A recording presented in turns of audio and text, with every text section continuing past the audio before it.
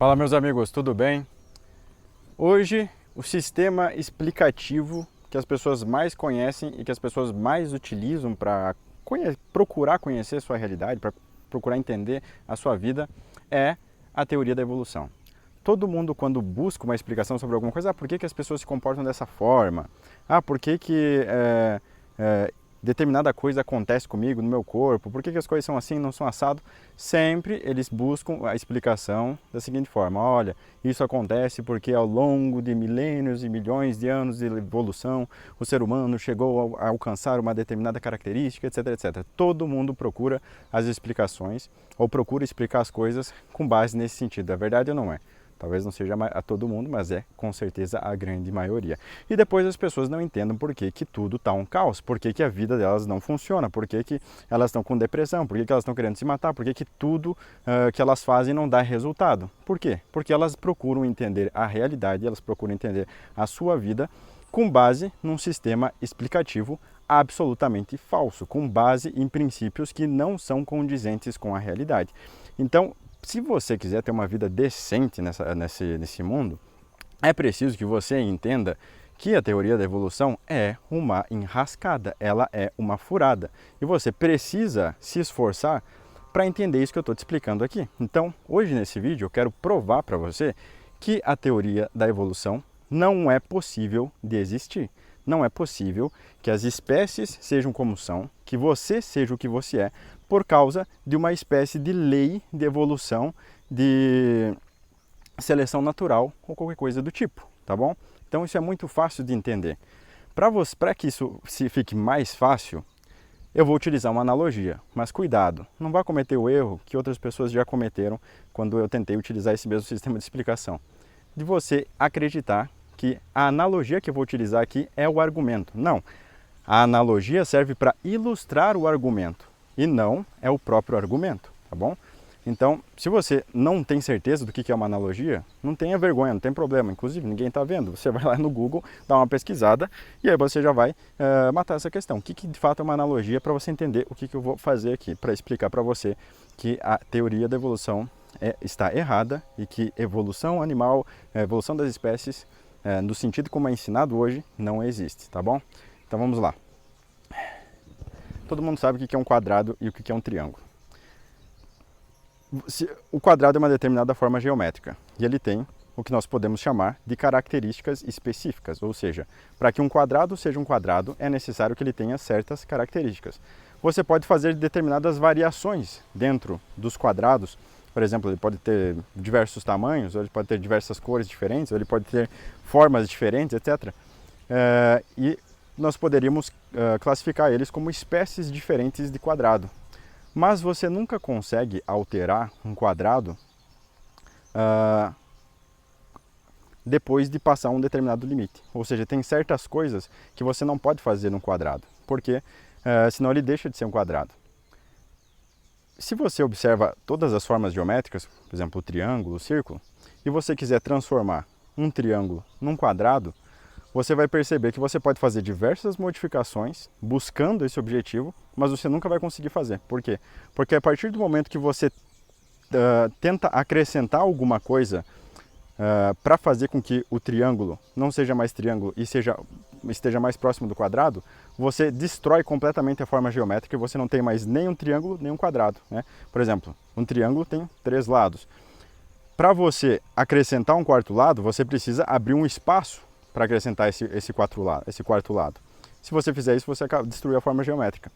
E se você simplesmente saltar, né, se você simplesmente acrescentar do nada uma quarta forma, um quarto lado, então você já terá um quadrilátero, né? Você já terá uma outra forma geométrica. Então você só consegue fazer isso com saltos, no caso, né? A gente faz isso, claro, por meio da nossa inteligência. E no mundo real, você não consegue fazer isso, porque no mundo real as coisas precisam acontecer por etapas, né? Então, você não consegue transformar um triângulo num quadrado sem antes, primeiro, destruir completamente o triângulo. Ou seja, não existe mais triângulo, não existe mais forma geométrica nenhuma, e agora você vai, então, com aquilo que era um triângulo e mais uma outra coisa, formar um quadrado. Não é assim que acontece? Então, como eu falei, isso é uma analogia. Agora, vamos trazer esse entendimento, para os animais, para as plantas ou qualquer coisa do tipo, tá? Os animais vai ser mais fácil de entender. Vamos trazer isso aqui para o ser humano. Como que você faz para um animal se tornar outra espécie? Você precisa modificar certas características específicas dele. Então, por exemplo, uma cobra, para se transformar num lagarto, ela precisa ganhar 4 patas, não é verdade? Só que como isso acontece? Uma cobra um dia coloca um ovo, choca, quer dizer, a cobra não choca, desculpa. Ela coloca um ovo e desse ovo vai sair um lagarto? Ou o que seria o mais plausível e o que o pessoal deve estar risando da minha cara, dando risada da minha cara, da galinha que choca, da cobra que choca os ovos. Bom, o que o pessoal da teoria da evolução diz? Eles dizem, e que é claro, muito mais coerente, que essas gradações, essas modificações precisam acontecer de maneira gradual. Então você vai ter uma cobra que um dia vai nascer com uma verruga do lado, né? E aí aquilo vai se estendendo, aquelas verrugas em outras gerações vão se transformando, ganhando novas características, etc, etc, até que um dia ela vai ter uma pata e aquela pata vai servir para alguma coisa. Só que isso é impossível de acontecer. Por quê? Porque cada vez que você gera uma modificação que deixa de ser uma modificação meramente acidental, ou seja, que passa de um determinado limite, você passa a acrescentar uma parte diferente daquilo para o qual o todo foi feito.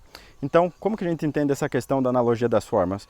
Você imagina que o seu corpo é um quadrado e quer transformar ele num triângulo. É impossível você transformar ele no triângulo sem você morrer no meio do processo. Por quê? Porque cada parte do seu corpo só existe com base no todo, né? Se você quiser pegar a sua mão, por exemplo, cada dedo aqui, para que ele exista, não existe o dedo separado, né? O dedo, para existir, ele precisa fazer parte de um conjunto, ele precisa fazer parte de toda a mão, ele precisa estar ligado a um tendão que vai passar por todo o meu braço. Esse tendão precisa estar ligado numa rede neural para que possa receber as informações. Esses tendões precisam estar sendo nutridos por uma rede sanguínea que por sua vez está conectada ao coração, que bombeia o sangue por tudo. Precisa ter o cérebro, precisa ter os pulmões para respirar, precisa ter o estômago para poder receber os alimentos. Não só o estômago precisa existir, a boca, precisa existir os alimentos, precisa existir o oxigênio fora que eu respiro, enfim. Para que exista o dedo, todo o resto precisa existir e estar organizado de determinada maneira para que o meu único dedo possa existir. Você pode pensar no dedo de forma separada. Você pode cortar o meu dedo e colocar ele ali fora e você vai pensar que ele existe de forma separada. Mas logo ele vai apodrecer, né?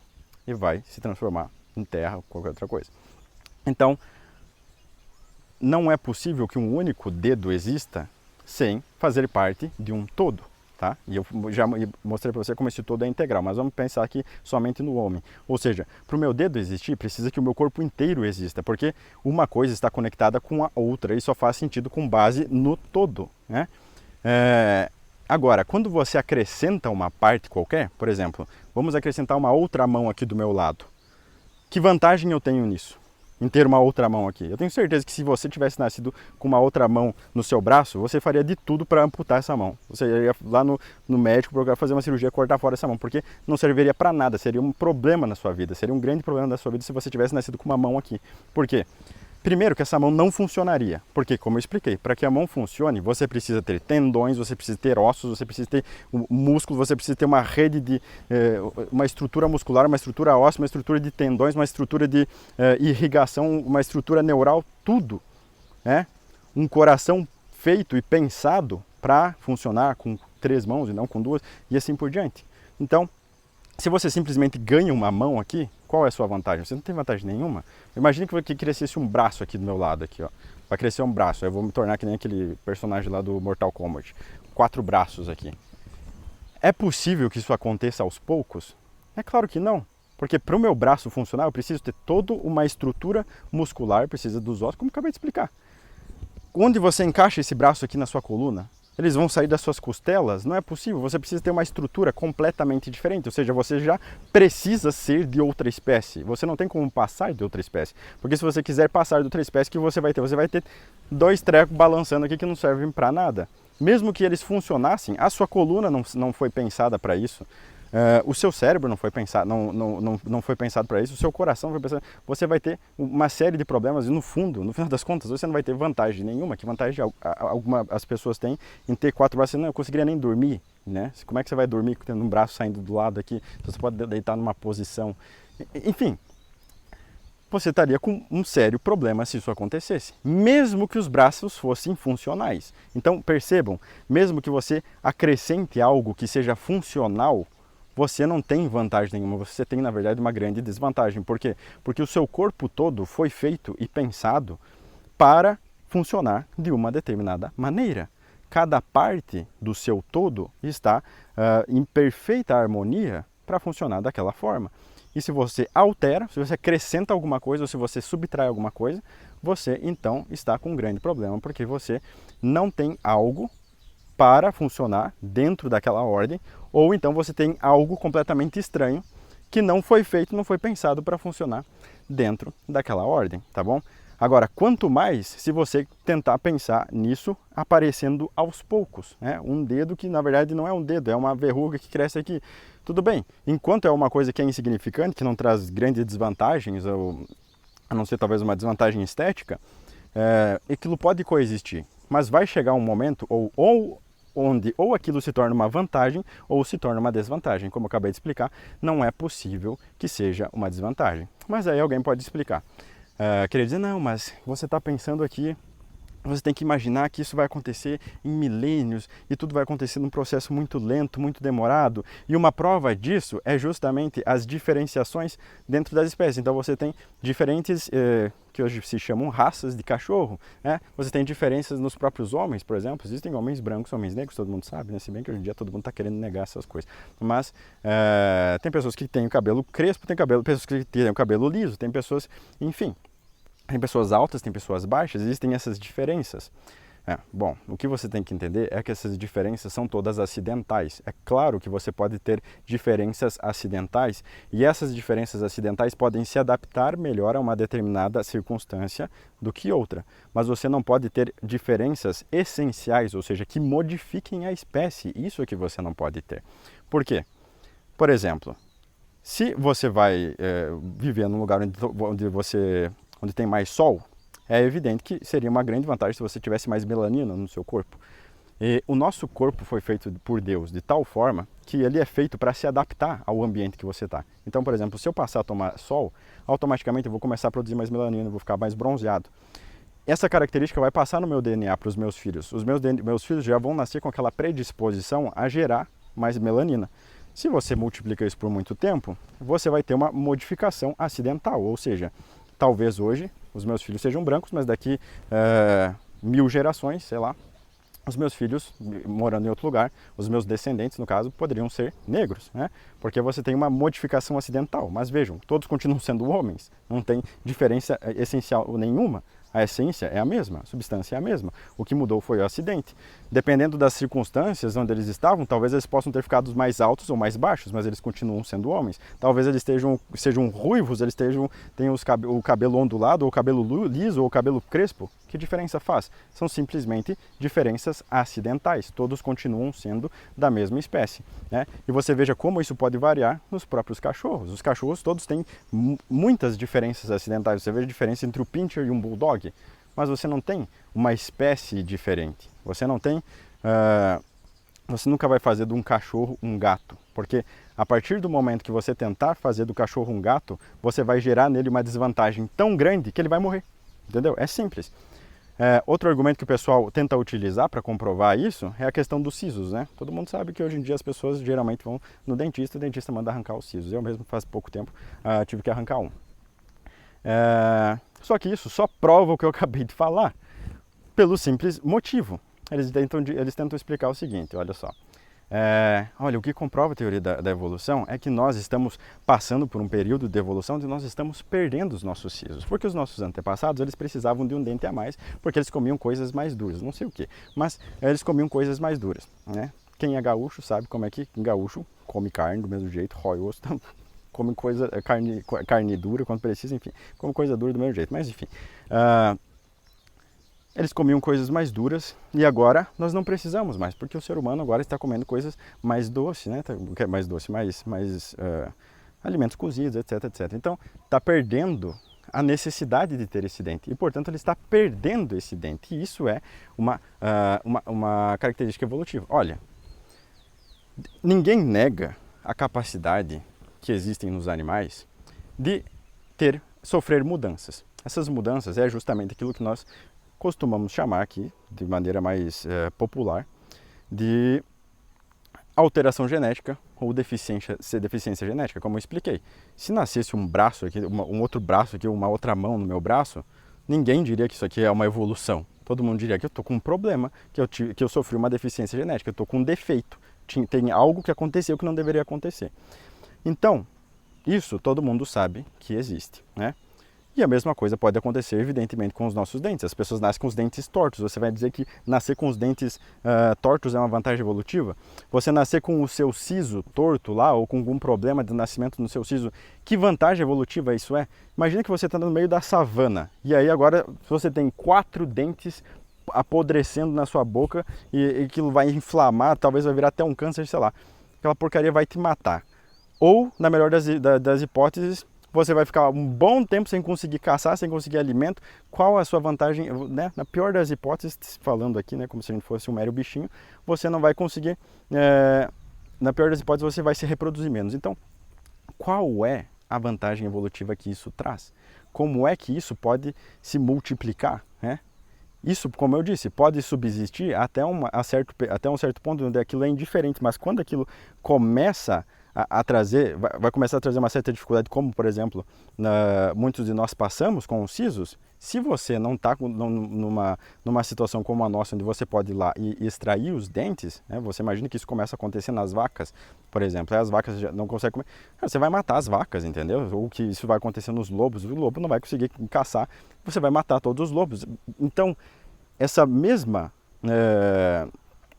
modificação que está supostamente acontecendo nas pessoas, e o que ninguém pode negar, que acontece em muitas pessoas, né, nasce com os sisos tortos. Quem disse que isso é uma prova de evolução? Na verdade, isso prova exatamente o que eu estou explicando aqui. Se você começa a ter uma modificação, aquilo vira um incômodo que pode, inclusive, te matar, né? Que não vai te trazer vantagem nenhuma. Portanto, aqueles que permanecessem com as características como elas eram, eles teriam muito mais vantagem, se reproduziriam muito mais, se alimentariam muito melhor e, portanto, esses sim é que prevaleceriam. Essa seria a carga genética que prevaleceria e não a outra, porque a outra, quanto mais passasse por essa modificação, mais problema estaria encontrando na sua vida, menos conseguiria alimento, menos conseguiria sobreviver, menos conseguiria se reproduzir, até que muito provavelmente se extinguiria. Então, esse é o racional, ou seja, se uma coisa permanece como ela está, ou seja, com suas partes proporcionais ao todo, né, à finalidade do todo, então ela tem sim uma vantagem. Mas se você começa a modificar essas partes, então você não tem vantagem nenhuma, você começa a ter sérios problemas até o ponto em que você vai morrer, tá bom? Então é isso, eu acho que isso é uma coisa muito simples de entender, muito fácil de entender. Pelo menos se a pessoa para pensar no que eu estou falando, se ela para entender, né, para meditar sobre esse assunto, é uma coisa muito simples de entender. Se a pessoa não consegue entender isso, vai ser difícil de entender outras coisas, né?